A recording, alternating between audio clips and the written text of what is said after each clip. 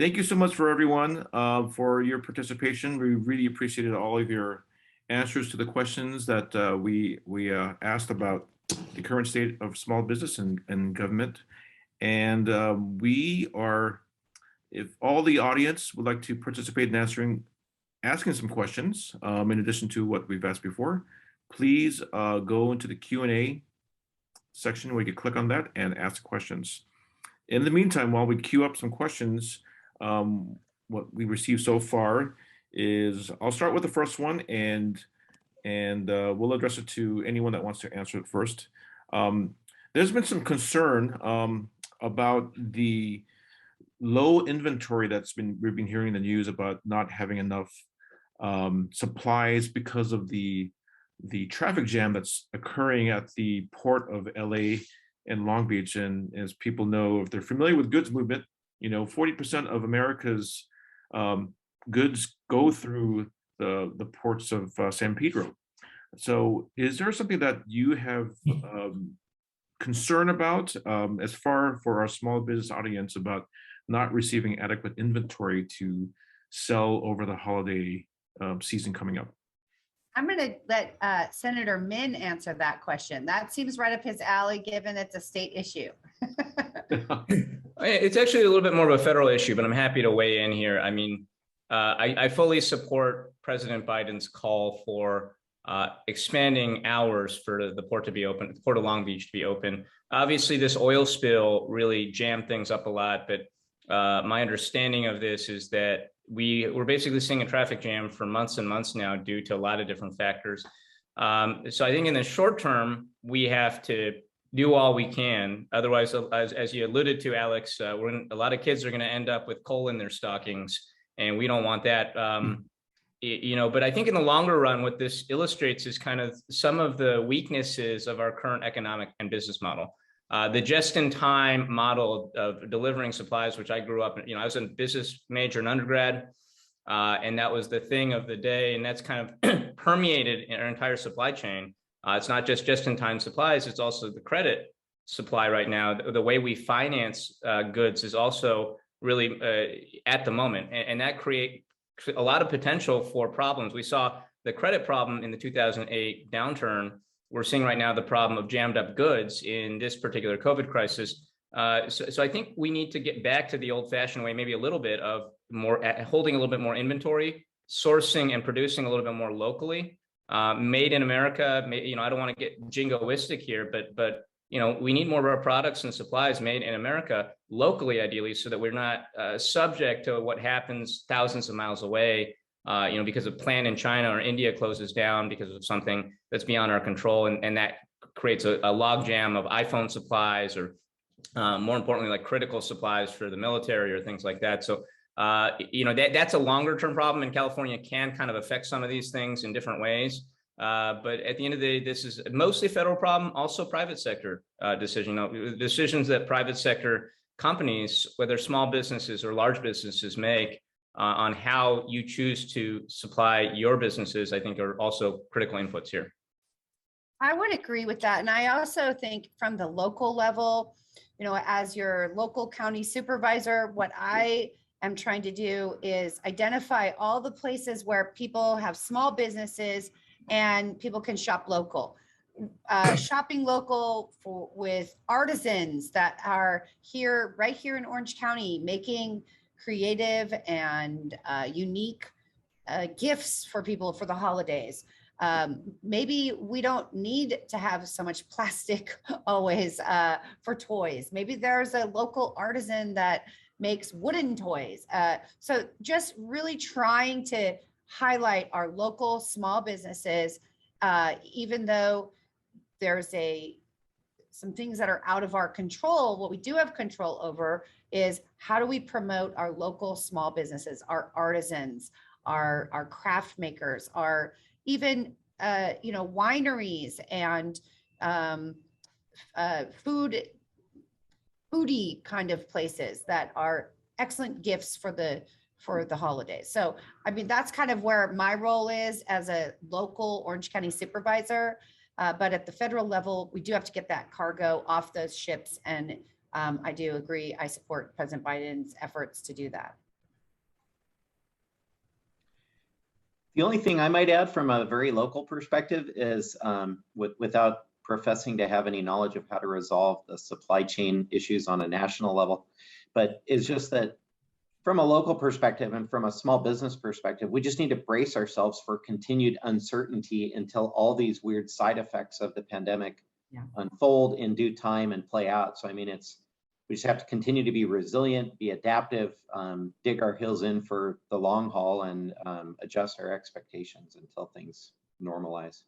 Yes, Absolutely. I agree. Maybe people can donate to charity for the holidays this year. Great idea. Yeah, Great idea. I don't think that'll help the small businesses though. So let's shop local. A related question that came in before I asked what Tom was asking was, among many industries, tourism has also been greatly impacted, and Orange County is known as having several tourism locations all over Southern California, and especially our beach areas with the oil spill. So what are things that your jurisdictions have done? I know, for example, Garden Grove, you could talk about the streetcar project that you're doing, and various hotels are developed. So other examples to maintain or stay with the game plan of attracting tourists to the state, to the county, and local jurisdictions. Sure. So just for perspective from a Garden Grove level, Garden Grove's annual general fund budget is, in round numbers, about $130 million a year. And pre-COVID, about 26 million of that came from hotel tax. So 20% of our top line revenue in the city came from hotel tax. And that's because of our adjacency to Anaheim and the Disneyland Resort. So when Disneyland shut down and our hotels shut down, that created an enormous impact on our local economy and our city budget. A lot of jobs were on hold, and also just the tax revenues that we normally expected went away. So thank heavens, Disney's reopened. Our hotels are doing very well now. And the shining light is that a lot of them who were well capitalized, like Great Wolf Lodge, for example, took that downtime to do capital improvements and sort of redo things around the facilities that they had time to do without people there occupying the hotel. So, again, we're hoping for blue skies going forward, and that we don't return to any more lockdown situations, or we hope that Disney stays open and we continue to move forward. But to your point, Alex, yeah, we're aggressively moving forward from both an OCTA standpoint and a city support standpoint. For the OC streetcar, the first leg of that is a 4.1 mile stretch that goes from the Santa Ana Regional Transportation Center, basically just to the border of Garden Grove at Harbor and Westminster.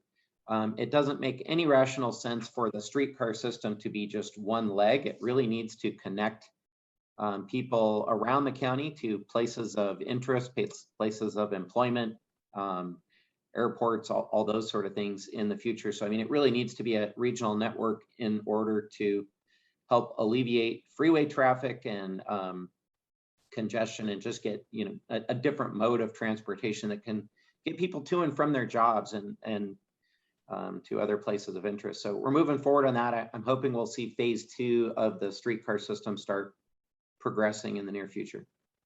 And I'll comment on the tourism impacts. So I'm a 3-time former mayor, and as mayor of the city of Costa Mesa, I sat on the Travel Costa Mesa Visitors and Conference Bureau. And tourism, of course, for our coastal cities, for Orange County, most Orange County cities, tourism is a huge indicator of our economic health.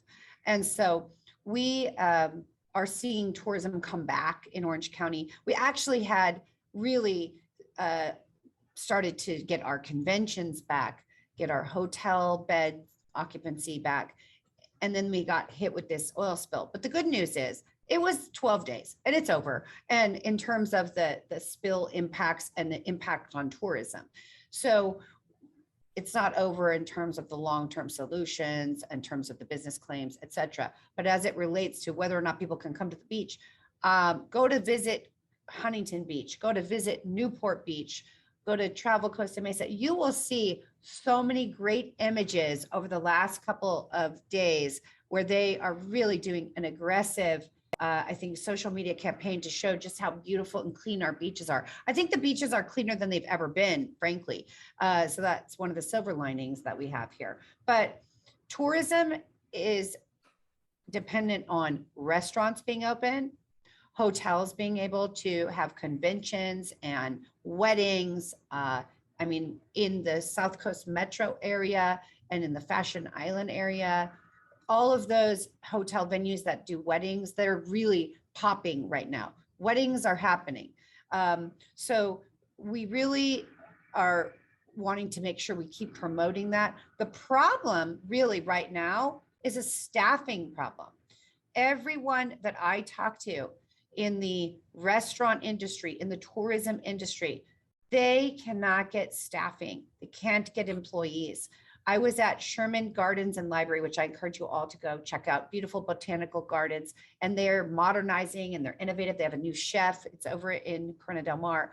They have a new chef. They have a great new menu for their restaurant, but they can't open at night because they have no staffing. Old Vine Cafe, beautiful restaurant in Costa Mesa, had breakfast every day until the pandemic. Then now they've pivoted.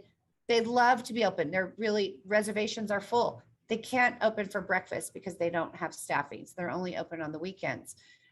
We have a staffing issue, and it's one that in our office, we're looking at how can we support our local hospitality industry to get more staffing? How do we think differently about staffing now?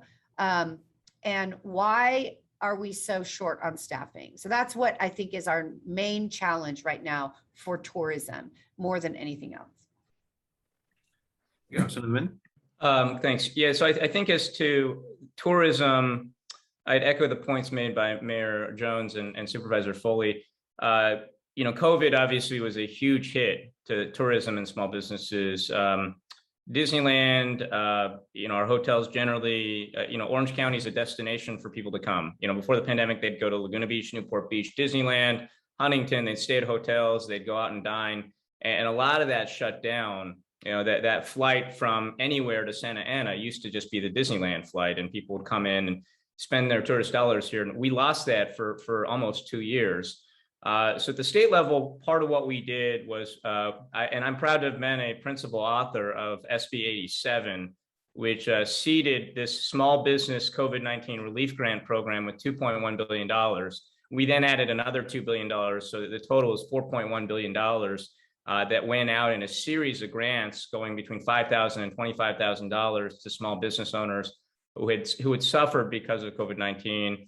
And I know that here in Senate District 37, the heart of Orange County that I represent, I think over 600 businesses received grants. It was a significant amount of money. And I've talked to small businesses that had actually told me this was a lifeline without which they could not have survived. We also want to make sure that PPP, the federal program that so many businesses were taking advantage of, was not going to leave business owners with a huge tax bill. So we were able to pass AB 80. And again, I'm proud to be a co-author of that bill, which helped alleviate that tax burden and again, tried to work with the federal aid. So we tried to create those programs to create a lifeline. We didn't know at the beginning of this pandemic how long it would last, how long the economic impacts would last, but obviously it's been significant. Now, as far as the oil spill, that even though it's only been 12 days, I know that was a significant hit to a lot of small businesses that were just reeling. And I remember talking to a small business owner who owned a shop on the beach in Laguna Beach. And she told me that immediately, right after the spill, she saw her revenues drop 80%. So we know that hit was significant. We're still trying to total it. But one of the things that Senator Tom Umberg and I asked the governor about when we saw him was what we could do and whether we could kind of recreate some of the COVID type programs for businesses that were affected by this oil spill. So he has already asked President Biden declare this an SBA disaster zone. So small businesses should be able to get that small business SBA relief, but we need lifelines. And in theory, we all know that supposedly the perpetrator of this oil spill is going to be on the hook for paying everybody their claims. But that process could take years. We have no idea at this point. I have no idea who's responsible. I've heard different parties.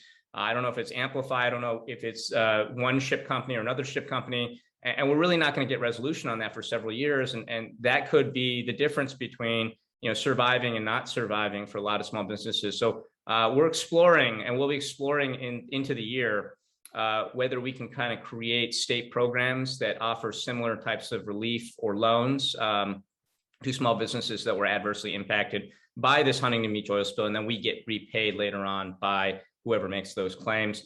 As to Supervisor Foley's point on staffing, I totally agree with that. Everybody I've talked to has had this same issue really for the last 4 or 5 months, and it's particularly service workers. And we can't tell if it's just a total supply issue or if it's a wage issue. But at some point, businesses feel like they can't raise prices that much. And so it's creating a lot of pressures on the on businesses that are looking to attract workers. I've been waiting to see what happens. I thought that perhaps with September 1, with the federal relief for workers ending, that we might start to see that workforce come back. It's been trickling back a little bit according to the data and from what I've heard from small business owners, but it's not yet back in full. And we're just kind of at a loss. I think even like the sort of the Federal Reserve's economists are, because this is not an Orange County phenomenon, it's a nationwide phenomenon we're seeing right now. And I think people are puzzled. There's a lot of interesting, maybe interesting is the wrong word, a lot of unique things happening right now with the economy as far as wages, inflation, staffing, workforce development. And there are a lot of different theories, but again, we're monitoring this, and at the state level, what I want to assure you is we're going to try to take steps to try to get that workforce back so that our businesses can thrive. Yeah, I would echo that, and I know that some of the things I'm hearing out of our workforce development agency here at the County of Orange is that a lot of people pivoted during the pandemic. They wanted to get out of the grind. So they pivoted to like working from home, owning their own business, consulting, and they don't want to go back. So that's one little piece of it. We're not going to be able to fix that, obviously. But as it relates to staffing, the other piece is I think people can't afford to live in Orange County as much as they could before, especially with low wages and high rents. And so whereas pre-pandemic, people were willing to commute from Corona and other places to come to work at a local restaurant or in the hospitality industry, they're just making life choices that are changing. So they're not willing to make that drive. They're not willing to burden themselves with that. And they're just getting jobs because there's such a staffing shortage in Corona or San Bernardino. So we're going to continue to drill down on this. I have tried to encourage our restaurant industry to start targeting high school and college students, because that's a group of students that a group of staff that have, I think we've sort of gotten away from, we've turned what typically have been college jobs into, this is my job that I have to do to live, right? And so maybe we need to get back to that kind of system where we're recruiting from high school and college so that we have enough staffing. I wanted to address the employment tax issue to make sure that businesses know about this through the Employee Retention Tax Credit, ERTC. It's a really important credit that your small businesses or any businesses can take advantage of, and they can get tax credits from their payroll for the quarter in which they qualify. And even if you got the PPP, you can still get this tax credit. So it's very important. If you need help with that, you can contact our office, or you can just Google it, ERTC, and there's a great FAQ on the Employee Retention Tax Credit website. So really encourage you all to reach out and get that. There's a question in the chat about COVID-19 and its uncertainty and what are government agencies doing to mitigate COVID-19. to give people confidence to return to work, interact with businesses and our communities. Well, the number one thing we're doing, what is it? Get vaccinated. The number one thing we're doing is encouraging people to get vaccinated. We have vaccination clinics all over the county. There's vaccine opportunities at every pharmacy. You can go to your local grocery store in most cases. And please, UCI Medical Center, Kaiser, your doctor, there's just a vaccine anywhere. Everywhere you go, you can get vaccinated. And that is actually the number one thing that both government and private industry can do. If you want to partner with the county and you are a private business and you want to do a pop-up vaccine clinic at your private business, contact my office. We will bring the vaccinators to you. And I even have $25 gift cards for local restaurants that I will give as an incentive for everyone to get vaccinated. So please do get vaccinated. And other than that, I try to do COVID briefings every 2 weeks now. We try to give a COVID update to help people to know billions of people have been vaccinated.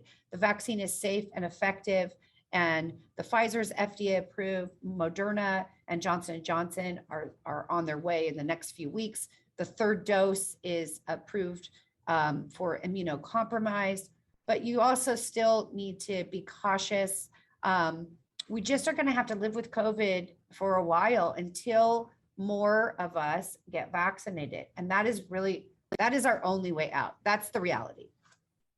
Thank you, Supervisor. And I'll briefly take off my board member hat and put on my hat for representing Southern River County Beach Norris. So regarding to the oil spill, we'll be having our offices working with the Asian Business Association of Orange County and the local chambers, especially around Huntington Beach, Newport Beach and Laguna Beach, and their chambers having some workshops. So if you have suffered any damage, especially if you have a boat or you have businesses impacted by the oil spill, please go on our website, just type in Google search CAUTI or the 74th District, and you will find our website to alert. So if I could just also add my comments. I was speaking mostly about what we're doing in Sacramento as far as legislation and the budget. In the district, as many of you on this call may have seen, we've been very active in working with GoBiz and the Small Business Development Center, Mike Daniels in particular, in spreading information and resources. So I think Mike and I have done about 20 events together now. And so many of you have seen us and my staff, me and my staff out there, but we know that part of this is developing the programs, but a big part of this is getting the resources out to you. And so I think the small business relief grant program is now, I think it's concluded. There's not taking applications at this point, but should there be other programs, part of what we need to do is make sure we get that information out to small business owners. So I encourage you all to connect with SBDC, not just during COVID, but I think they're just a great resource. GoBiz is a great state resource for small businesses out there. And it's a way that we're trying to get the word out about some of what we're doing at the state level. Right. Thank you, Senator. I do think we did have a question that was answered by Mayor Jones about the question about shopping local, what Orange County or local governments are doing to promote local business events. Mayor Jones, can you briefly explain what Buy in Garden Grove program is, just in a couple minutes? Sure. I mean, that's just one of the many things that we're doing in Garden Grove, but we initiated a program called BIG, or Buy in Garden Grove. And it's just, it's a website. I attached a link on there, but I think it's ggcity.org/BIGG. It allows local businesses to kind of promote their wares on there. And it's just encouraging people to keep their dollars here in Garden Grove that are residents of Garden Grove, and just sort of a shop local program. And businesses are allowed to go on and give sort of special offers or coupons through that mechanism. So that's one thing. A bigger picture perspective on that is, if you look at our whole economic development department within the city, pre-COVID, economic development was all about, real estate development, hotel deals, big deals, right? And stuff like that. That's where they spent their time. Obviously, business retention was a part of it as well. New business formations and business retention, but a lot of their time and effort was spent on development, right? Since COVID, we were we adapted very quickly. And I think we just did a stellar job internally at City Hall of saying, look, Costco, Walmart, all those big guys, they're going to survive this. We need to focus all of our attention on the small businesses, right? Like small businesses are the heart and soul of any community, and they tend to be leveraged and they tend to be volatile to these type of disruptions. So our whole economic development department focused on becoming a hub of information for small businesses in terms of how and where to apply for those PPP loans and those EIDL loans and those grants and the California COVID relief grants and you name it. There's so many different resources available, and we just spent the time and diligence to become experts on it so that we could walk people through how to apply, what to say, how to position yourselves, and whatever to go get whatever monies or resources or help is out there for small businesses. So I'm very proud of the effort that we did in that regard, and we continue to do to this day. Thank you, Mary Jones. There's another question somewhat related to social, but also business. I know that we've had some African-American businesses, a lot of them along the coast, a lot of them are in the tourism business, hotels, a lot of South Asians are in, have a large number of businesses in there. And there was also some questions regarding to, well, there's African refugees coming into Orange County, and are there any social programs or things like that? I know Supervisor Foley has led the way, helping out with her in the county as far as working how to have some multi-step program to assist these refugees, and they could be entrepreneurs as well as soon as they get assimilated. So Supervisor Foley, you have any updates on that? Thank you. Yes, we the board passed unanimously a resolution supporting assisting any Afghan refugees coming to settle in Orange County. And we actually, prior to that, unrelated to the Afghan situation, we actually have a 3-year plan that relates to refugee settlement. And we have a whole program that's specific to assisting refugees here in Orange County. If you need help or someone new who needs help, just email our office and we'll connect you with our social services agency that's charged with those matters. But we have assistance related to job training, employment, housing, healthcare, you name it. We have a whole program. We just voted on our 3-year plan a couple weeks ago at the board. So we have assistance no matter whether you're from, whether you're a recent refugee or you're here and you've been receiving services already for a while. Thank you, Supervisor Foley. I'll leave it up to Jay, our president, raise his hand. Yeah, I have a question for the 3 panelists, just to kind of echo everything that you guys have been saying. We're here to support small businesses.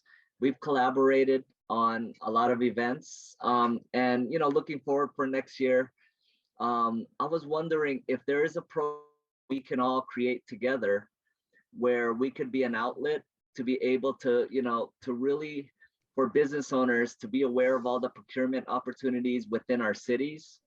And also, on the center on your level, if you could give us a resource to kind of put this program together, because I think it would be such a huge win if we could create a program where, ABAOC can be an outlet for small businesses to help them get certified, and then also be able to connect them with other suppliers and buyers within our communities, and then to be able to really connect with the cities as far as any other opportunities within the cities, any procurement needs. That's really keeping it local.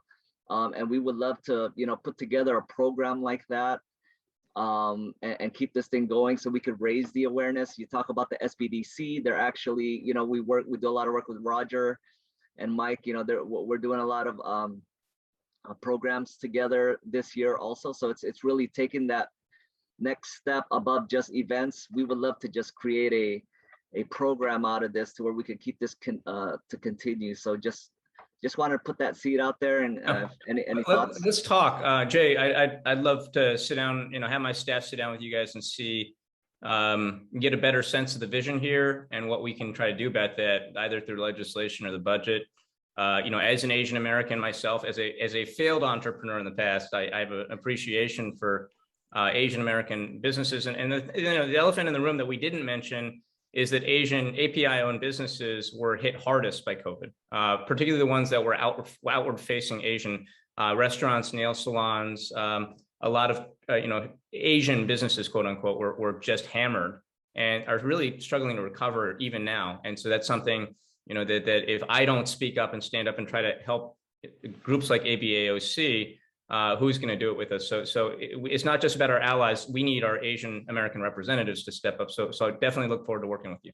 Awesome. Jay, thank you for bringing that up. So my office has been working on trying to make sure that our local businesses have access to county contracts. We have a whole workshop we've done with our procurement office, and we would love to bring that workshop to ABAOC. We have a whole procurement program. And one of the things when I first got here in March that I noticed was that our county contracts a lot for supplies and services out of the county. So as our office, we've been trying to make sure that all the local businesses know how to get into those RFP chains, how to make sure that they put in a bid. What does the bid need to include? What are the eligibility requirements? How do you write it so that the procurement office wants to pick your bid quickly? So we've been working with Maria, who's our procurement officer here at the County of Orange, and we've put together a whole program. So let's do that program for ABAOC, because honestly, if you get one county contract, you could change the trajectory of your whole business.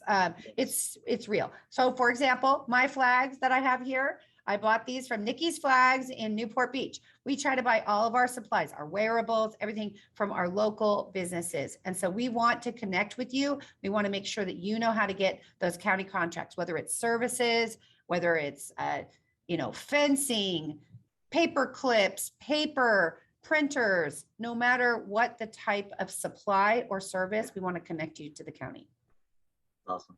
Thank you so much. I think we're a little bit over time, but thank you so much for all of you for your valuable time. I know you're all working and making sure that we're keeping in business. So Jay, is there anything else before we conclude?